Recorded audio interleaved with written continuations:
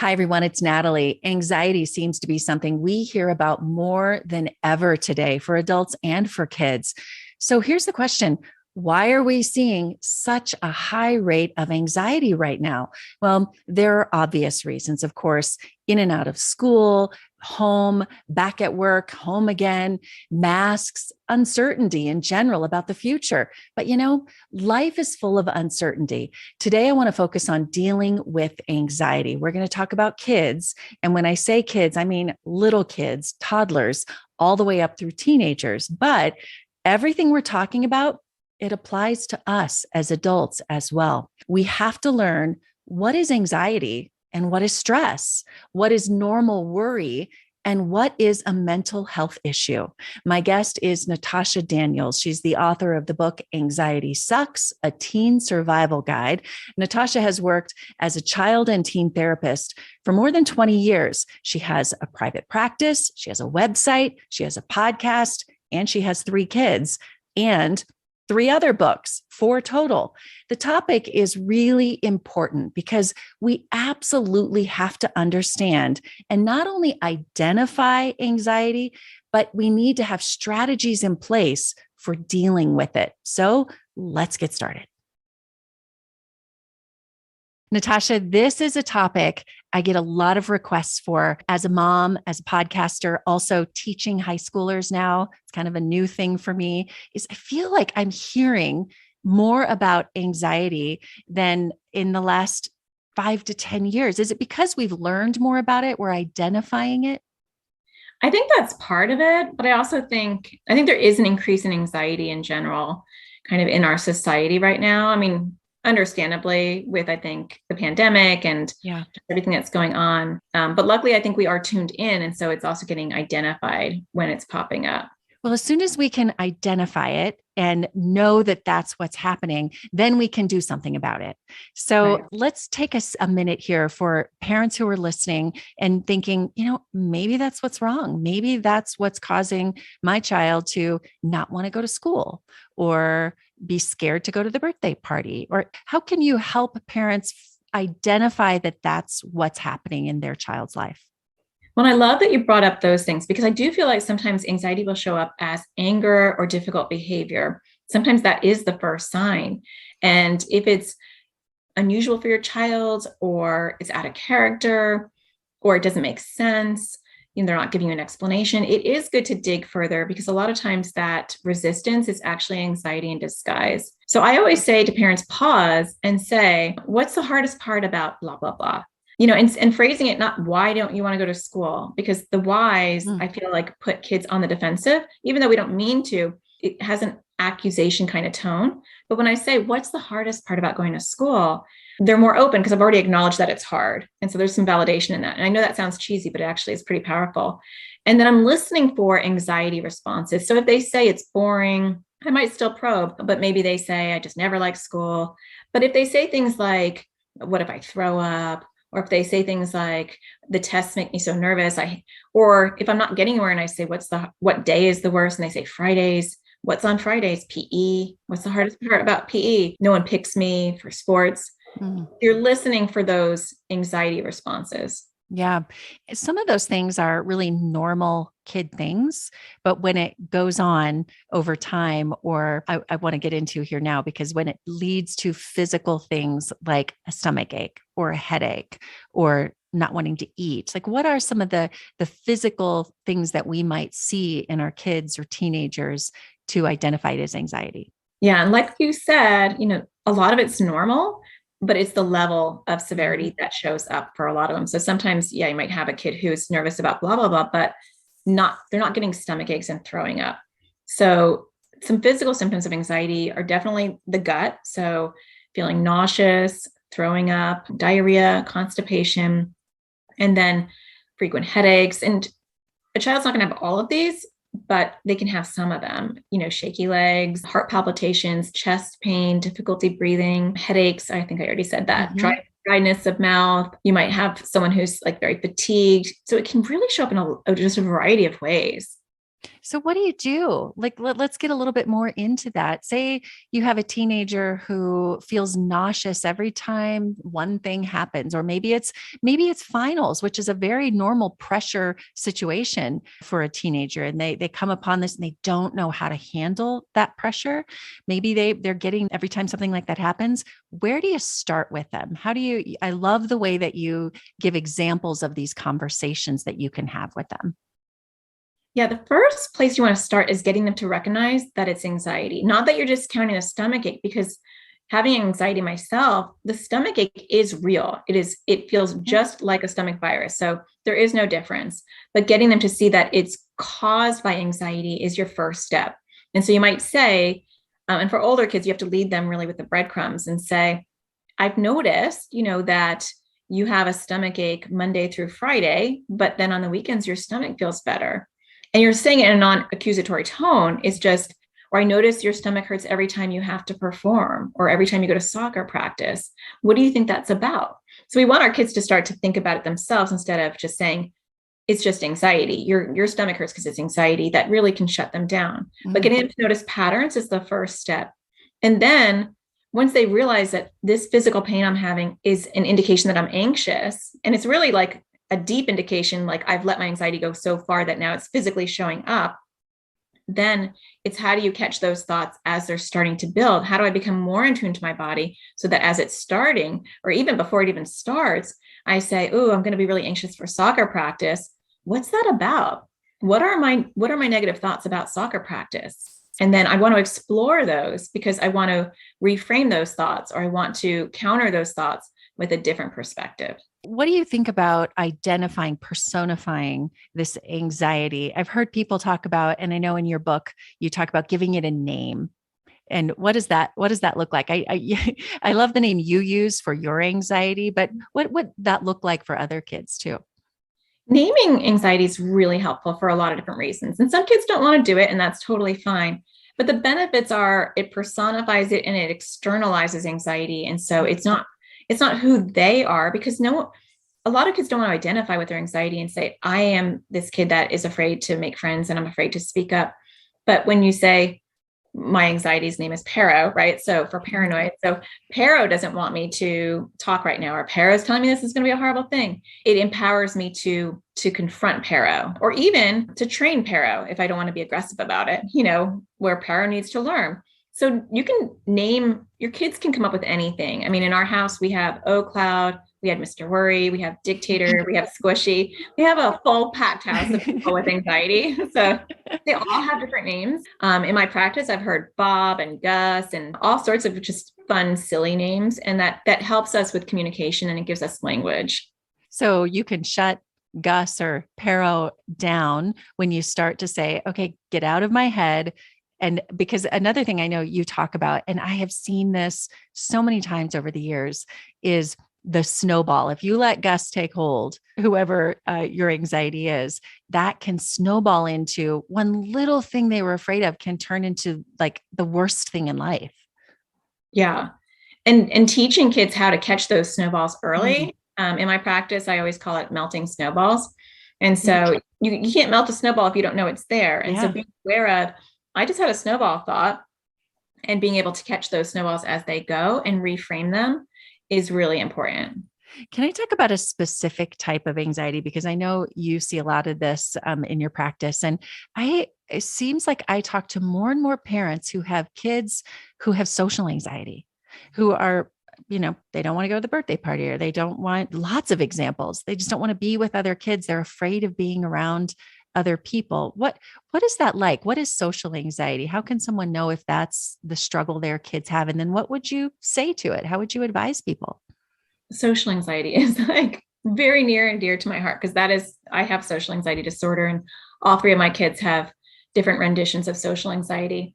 And social anxiety, people often think it is you're shy, or it means that you can't make friends, or you need social skills. And you can be an extrovert and outgoing and have social anxiety. My youngest daughter is the biggest ham, to the point where she really makes my social anxiety squirm, because she is out there. She just had a choir concert, and she was like nauseous before the concert, almost didn't make it. And then when she was actually up there, and they let you free dance at the end, I wanted to die. No one else was free dancing quite the way that she was. But she has social anxiety. And that is because social anxiety is the fear of rejection, criticism, and judgment. And her core fear around that is I'm going to throw up and people are going to hate me, or I might actually have a pee accident. So those are the two ways that it shows up for her. So not in performing or being social. And so I think most people don't understand social anxiety. They think it's either, just this shy demeanor, and it's not. It's ultimately the fear of rejection and criticism in whatever way that might show up for that person. So how can someone get over that, especially a teenager, the most vulnerable time in their life where they're so worried about what more than ever, what people think about them? It is really hard because social anxiety is one of those things that's really hard to separate yourself from, because it feels very much like it's you. And so, when we personify it, and now for me, it's Pero. And so I'm okay, but Pero says everybody hates you, or Pero says, oh my gosh, they're whispering about you. I can actually evaluate that and say, is that actually true? And even if that's true, because I do like to go all the way down the rabbit hole and accept the worst case, do they define me? Do I let other people define me, or do I define myself? And if I'm allowing a stranger, I'm so worried that the stranger is going to think I have a pimple on my face. Do I care what that stranger thinks? Is that going to impact my life? And so a lot of it, believe it or not, is about developing self-love and self-compassion. That is really the antithesis of social anxiety. How does someone do that? I mean, I know there are a lot of ways to develop self-love and compassion and all of that, but what advice would you give to a parent whose teenager is going through that right now? It's hard, especially as a teen, because they have to do it. Because you have lost all your power. Yeah. Their peer group is the most powerful thing at this point. The foundation has already been set and it's solid. And so it's getting them to see what they value in themselves. And I always tell, my 18-year-old has social anxiety, like we all do in this house. And I'll say, do you want to be a flag or a flagpole? So the flagpole is solid. You have certain attributes that you are, and you're solid about them. I am dependable. I am a good friend. And so you want your teenager to start identifying, what are you? What are you solid that nobody can rock your boat on? These are the things that you are. And so you get them to list those and start to really self-identify with, I won't lie to you. I am an honest person, or I am a really good artist. A lot of times the outer stuff is harder than the inner stuff. What my values are, I could be solid on, versus my skill-based. And so normally I'll have teenagers go through their values, who they are and what their flagpole is. I use the analogy of a flagpole, and then what my skills are. And then physically, even though we don't want our kids to think that it matters what you look like on the outside, the reality is they do care. And so it's not to feed them a bunch of BS and say, you're beautiful, or who cares what you look like? The reality is I'm a teenager and I do care, and I do care what other people think. And so I don't have to say, accept all of yourself. I think being more realistic and saying, okay, you don't like your nose. That's okay. You don't have to like every part of you. What part do you like? What part are you like, but I got these eyes, and people do compliment my eyes, but better than that, I like my eyes. When I go put my eyeliner on, I love the way it looks. And so they don't normally do that because we live in a society that says that's cocky or that's self-absorbed. Yeah. And so ironically, we've kind of ruined that a little bit for our teenagers and ourselves, that we're not allowed to dote on ourselves or to feel good, because then we're being narcissistic. Did you know that kids have 2 buckets that need to be filled on a daily basis? What are those buckets? Well, there's the attention bucket and then the power bucket. If these buckets aren't filled in positive ways, your child will do whatever has to be done to get those buckets filled. And you know what that means? Often it's whining, tantrums, fighting, because in their eyes, negative attention is better than no attention at all. So if you find yourself constantly yelling, nagging, maybe reminding, that's the one I face all the time. I have something for you, and it's already helped thousands of parents. You can head to my website, natalietisdale.com/favorites to get in on a free training from Positive Parenting Solutions. There, you're going to learn how to fill your child's buckets positively. Again, it's natalietisdale, TYSDAL.com/favorites to get in on that free online class. Yeah. And on this podcast, I talk a lot about mindset, and you can spend a lot of time focusing on the no's that you don't like, or you can spend more time focusing on the things that you do like. And that goes also for the things we fill our minds with. It's one of the reasons I left the news business. It was so negative, and I felt like my mind was just being filled with negativity versus thinking optimistically, thinking positively, seeing the good in people. And so as someone who works with kids at that time in their life, it's kind of flipping that switch of focusing on the positive. And it sounds easy to do. It's not always easy to do. It really isn't easy to do. Yeah. I mean, it's simplistic in the way that you do it, but to actually get it done is really tricky. And I think sometimes as parents, we want to swoop in and we want to be their cheerleader. And so we say, our kids might say, I'm so stupid. And then we swoop in and we go, no, you're not, honey. You're so smart, da, da, da. And they know we're just their parent. And sometimes I give my kids a counterintuitive response, and I'll say, if you think you're stupid, then you're going to feel stupid, and it kind of shocks them a little bit, and they'll look up. Or I'll say something like, don't talk to my son that way. And they'll be like, I am your son. But it's getting them to realize that they're treating themselves like they wouldn't even treat a best friend. And so just falling into counterintuitive responses to our kids to shake them up and wake them up can be helpful. Yeah. What other ways would you advise to flip that switch? I keep a gratitude journal, for example, or at one point in my daughter's life, we put sticky notes on her mirror every morning of the things she loved about herself. Or, what other examples do you have and ways to help build this confidence and flipping that switch of positivity in their lives? Yeah, I love the concrete examples you give. And I did that with my youngest, where we had like a little jar and she'd write things that she liked about herself and pulled one out each day in the morning. But also, I think even bigger than that is what we model. And so our kids watch our actions, not our words. And sometimes when we are not trying to spoon feed them positivity, but we model the true grit of dealing with difficult feelings and being okay with it, can be helpful. And so I'll give you some examples. I think sharing our own struggles can be helpful. And so, if you struggle with social anxiety or other issues, doing it in an appropriate way can be helpful. And so one day it was like, I'll just use this as an example. It was pajama day at my kid's school. And for some reason I made a dentist appointment and like a pediatrician appointment that day. And so my kids were like, we're just going to wear our pajamas. And my social anxiety was like on fire. Like, oh my gosh, I don't want the doctors to think I'm that kind of mom, that my kids at like 9 or, whatever, are just roaming around in their pajamas. And so I told my kids after I did this, I set up a challenge for myself. And I said, I'm not going to say that it's pajama day, because my anxiety would say, oh, and by the way, it's pajama day, so that I could not feel judged.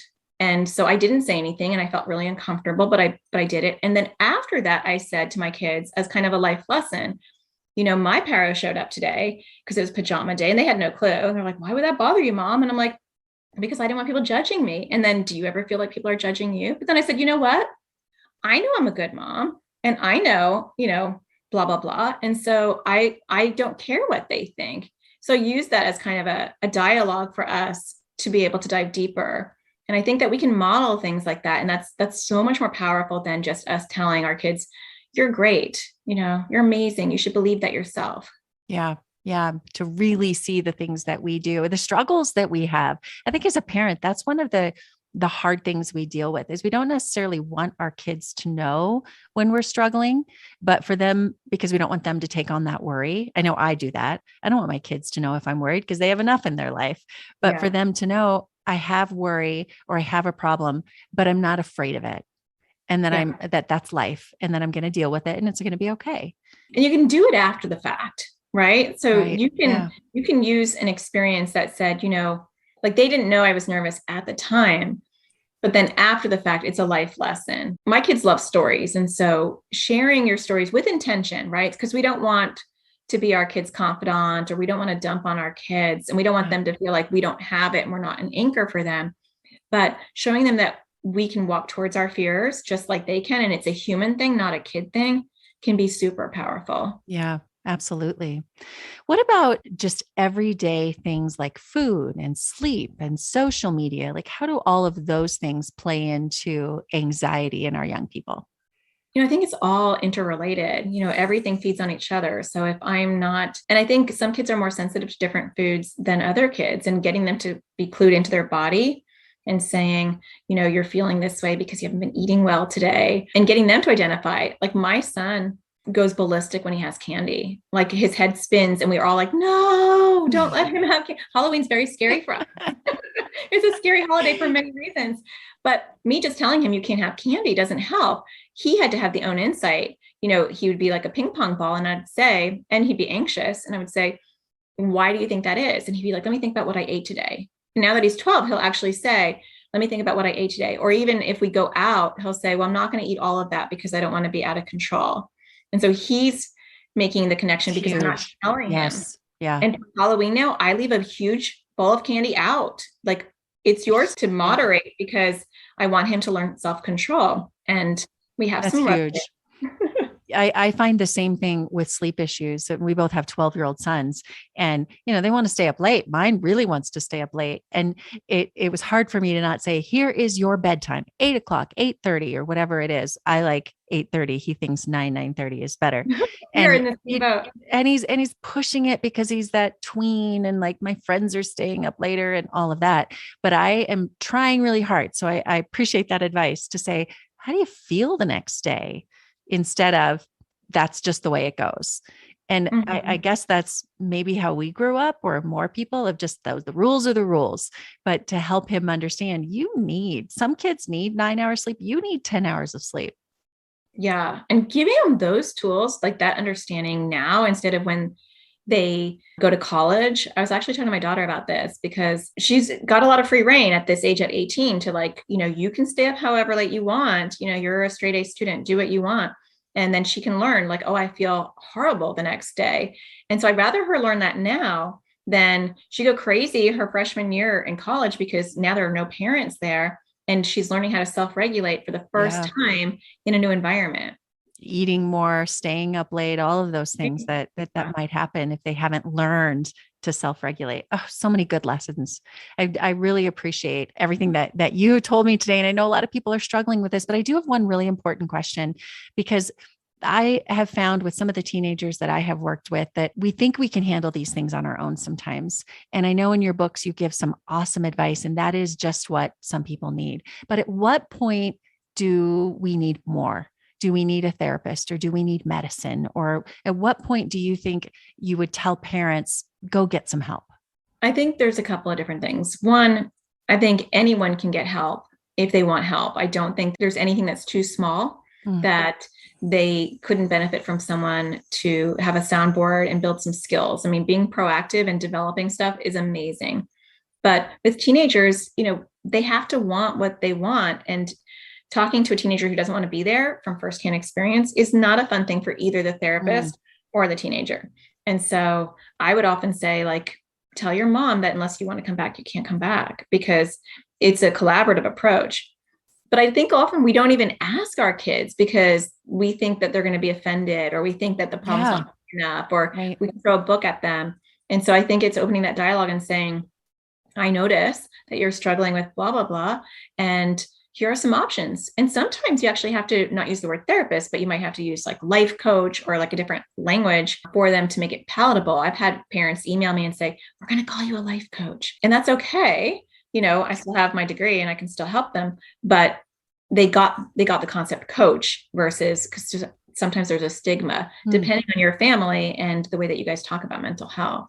Yeah. And it might be hard for some teenagers, unfortunately, it might be hard for them to talk to their parents. So having someone else they can talk to might just be what they need. So I like that advice that it's always okay, no matter what level they're in, it's always okay. And I like to think that mental health should be like your yearly checkup with your pediatrician, like having that understanding so that then when they're older, if they do ever have any issues, it's not like, oh, I have to go get help from someone with my mental health. It's just a normal thing. Yeah, I love that. I love that thought process because I do. I think it's just as important as going to your doctor. Yeah. All my kids are in therapy, and it's a maintenance thing. They'll be in therapy until they get to decide whether they want to be in therapy. But even if they said, Mom, I don't want to see anyone anymore, I would honor that. But it's been so much part of their life that they couldn't imagine not talking to somebody like once a week or every other week.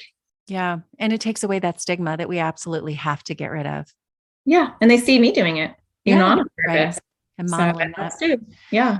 Well, I know you've written a number of books and I know you have other resources. So tell everybody where they can get that. And I'll put these in the show notes as well. So they're easy to find, but give us a little more information. Well, I do have a podcast, the AT Parenting Survival Podcast, and I have a YouTube channel that makes videos directly for kids and teens. But you can find all of that at atparentingsurvival.com, which is my website. And so I post everything there. Terrific. Well, we'll lead people there. And thanks so much for your time, Natasha. I appreciate it. All the best to your family and look forward to talking again soon.